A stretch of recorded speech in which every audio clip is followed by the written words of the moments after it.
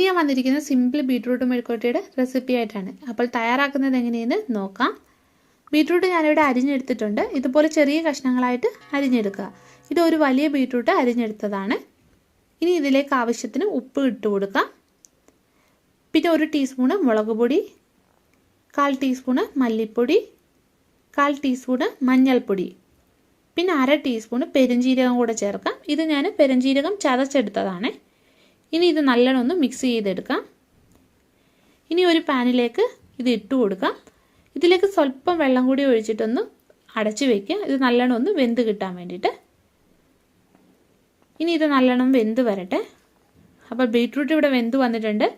ഇതിലേക്ക് 1 ടീസ്പൂണോളം എണ്ണ ഒഴിച്ച് കൊടുക്കുവാണ്. ഇനി ഇത് മൂപ്പിച്ചെടുക്കാം.